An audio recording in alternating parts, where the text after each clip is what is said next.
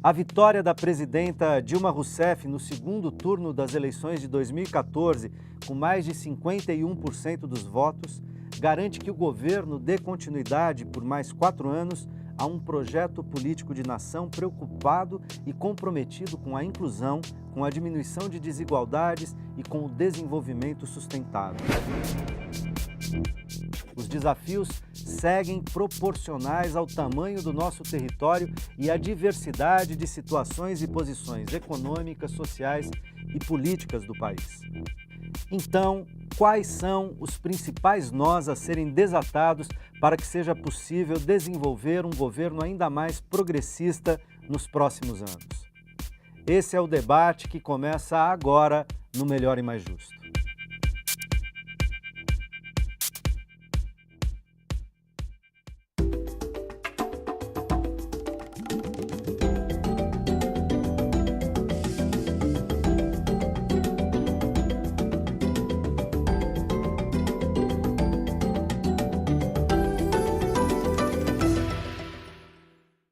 Olá, o Melhor e Mais Justo de hoje fala sobre o futuro do Brasil. Estamos ao vivo pelo portal tvt.org.br e pela Rádio Brasil Atual FM 98.9 na Grande São Paulo e 93.3 na Baixada Santista. Participe também pelo telefone 0 operadora 11 4930 7356. Para essa conversa eu tenho o prazer de convidar Kiko Nogueira, editor do DCM, o Diário do Centro do Mundo, Marcelo Buzetto, cientista político e coordenador do MST em São Paulo, e Raimundo Bonfim, advogado e coordenador geral da CMP, Central dos Movimentos Populares. Bem-vindos. Conseguir sustentar e ampliar programas de distribuição de renda, investir em infraestrutura, melhorar a qualidade dos serviços públicos, conter a inflação, reduzir as taxas de juros, proteger os trabalhadores, manter os níveis de emprego, combater a corrupção e a impunidade, preservar a nossa biodiversidade. Ufa, quanta coisa, e isso nem é tudo. São apenas algumas das principais reivindicações que vêm das ruas. Mas uma das mais esperadas, recorrentes e necessárias discussões do país é a reforma política, que inclusive foi apontada como prioritária no discurso da vitória de Dilma Rousseff. Na opinião de vocês, como mobilizar as forças sociais e políticas para fazer uma reforma de verdade? Quais os desafios para promover e fortalecer a participação e passar a limpo o sistema político e eleitoral do Brasil? Raimundo. Olha, Tuto, Kiko, Marcelo, muito obrigado mais uma vez por estar aqui no programa muito importante, Melhor e Mais Justo, programa que vem discutindo os principais temas, principais causas dos trabalhadores, do movimento social, da população de um modo geral, infelizmente escondido por a grande mídia. É muito importante essa abertura, e você tocou na questão da reforma política. Nós temos uma série de desafios que emergiu das urnas, desse debate político, que mais do que um processo eleitoral, né, teve um debate que trouxe grandes temas que há muito estava escamoteado pelo debate na sociedade, né? Por exemplo, a intensidade da necessidade de se ter uma regulamentação da mídia, haja visto o papel, como se comportou a grande mídia nessas eleições, quer dizer, se transformando muitas vezes, inclusive, num papel muito mais incisivo do que os próprios partidos políticos, né? Outro dia alguém te falou, então se transforme num partido político, né, se querem atuar.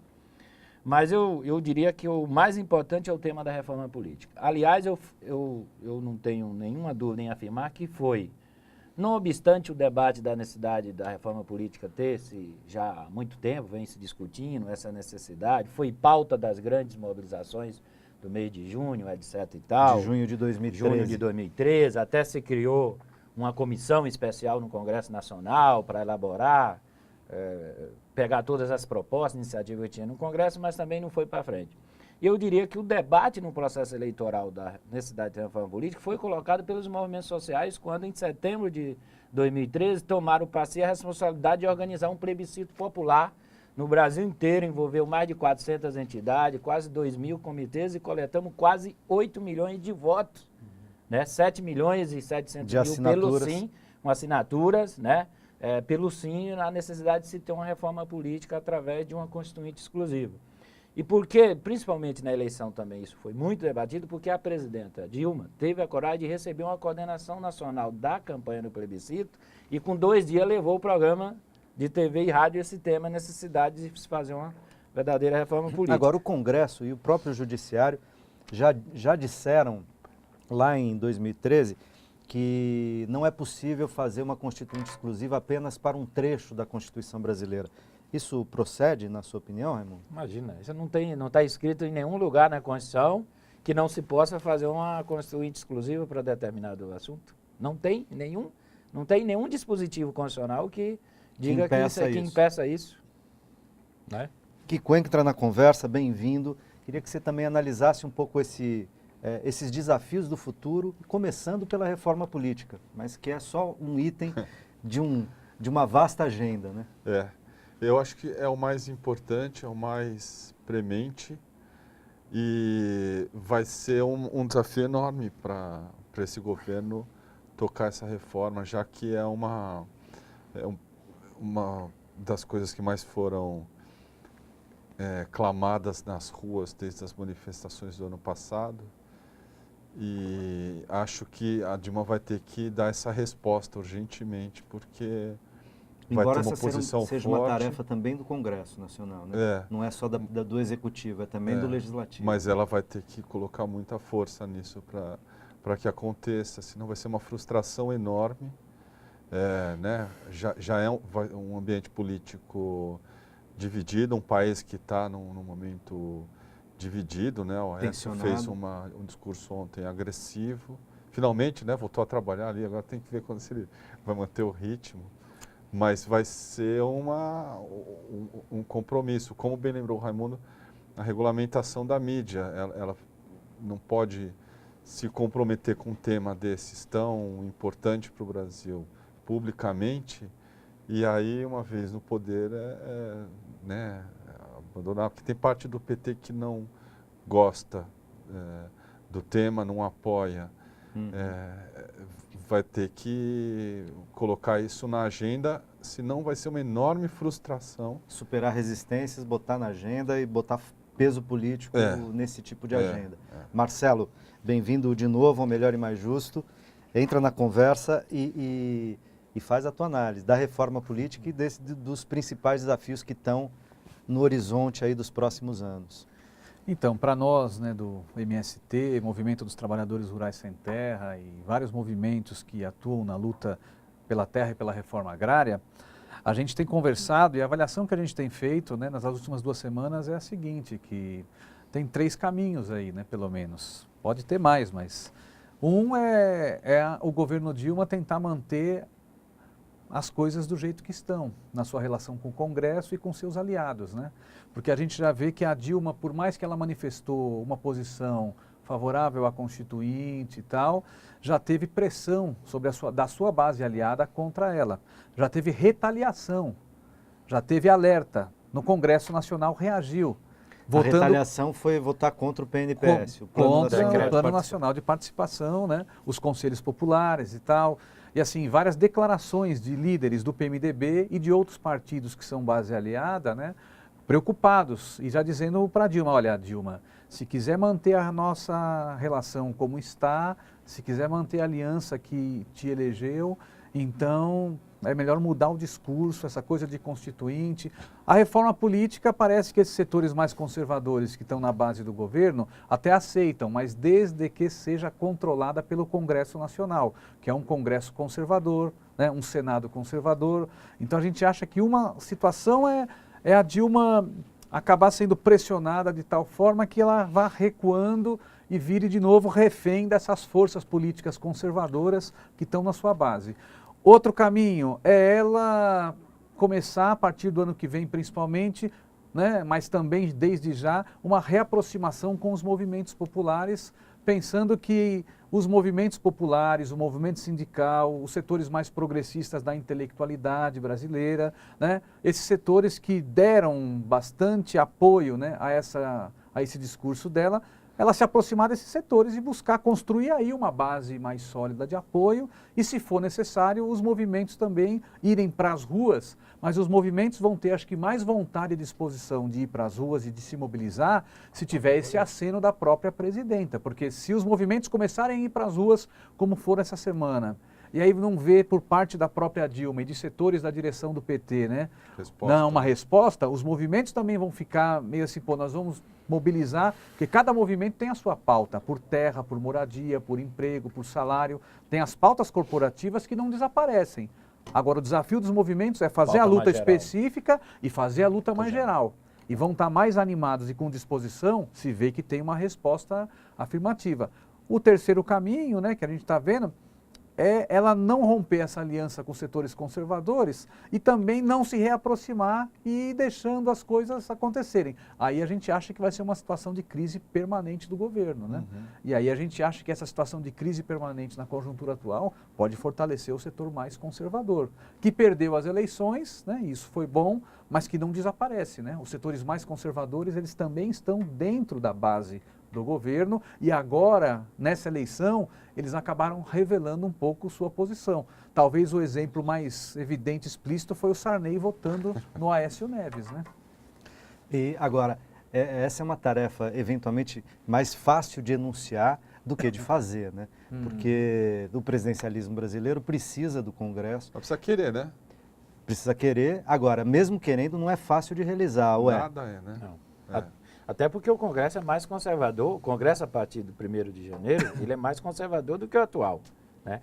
E uma parte, como o Marcelo bem falou, é que o pessoal tem uma confusão, que seja o seguinte, como se tem uma esquerda que está no governo e a direita que está na oposição. Uma parte grande, enorme da direita está na situação. Está na situação. Está né? no governo. Está no governo, está no governo. Então, inclusive, para eles terem mais espaço no governo, eles ameaçam agora fazer blocão, como, né, o candidato lá, o Cunha, né, do Rio de Janeiro, inclusive com a anuência do vice-presidente, o candidato à presidência da Câmara, né? Porque eles dizem assim, olha, se você não ceder mais espaço, nós podemos colocar um presidente da Câmara que já não foi tão dócil para o governo, né, não sendo nem presidente da Câmara. Era líder do PMDB. Vai ter um presidente de um partido. Olha, por isso a necessidade de a gente fazer uma reforma política. De um partido é da base, o vice-presidente desse partido, e é o partido que, até para dar essas respostas que o Marcelo falou, é o partido que tem mais capitaneado nesse momento essa faca no pescoço da Dilma. Não vem bem aqui, não. É o partido que diz que não pode se ter uma Constituição exclusiva para fazer uma reforma política, é um partido que mais sangra o governo. E eu concordo com o Marcelo, quer dizer, os movimentos populares tiveram um papel muito importante. Eu acho que a direção nacional do PT, tem absoluta certeza, e a própria Dilma tem ciência disso, mas assim, só o fato de ter ciência não é necessário, quer dizer... Não é suficiente. Não é o suficiente, quer dizer, precisa de fato dizer para que lado a gente está.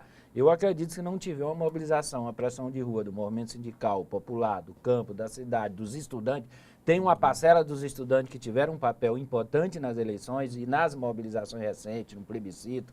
Nós organizamos um ato na terça-feira, antes de ontem, lá na Paulista, você via muito jovem, que não passa nem pelas organizações tradicionais da juventude, mas são jovens soltos, a maioria deles de classe média, muito forte, querendo participar da vida política. Mas precisa ter uma pauta política, não pode ser, vou defender o governo Dilma, porque o PSDB está atacando, etc. Tal. Tem que ter pautas políticas concretas, de avanço da estrutura. Porque não vamos negar os avanços sociais dos últimos 12 anos, nem nega isso. Agora, nós não realizamos as reformas estruturais que esse país precisa.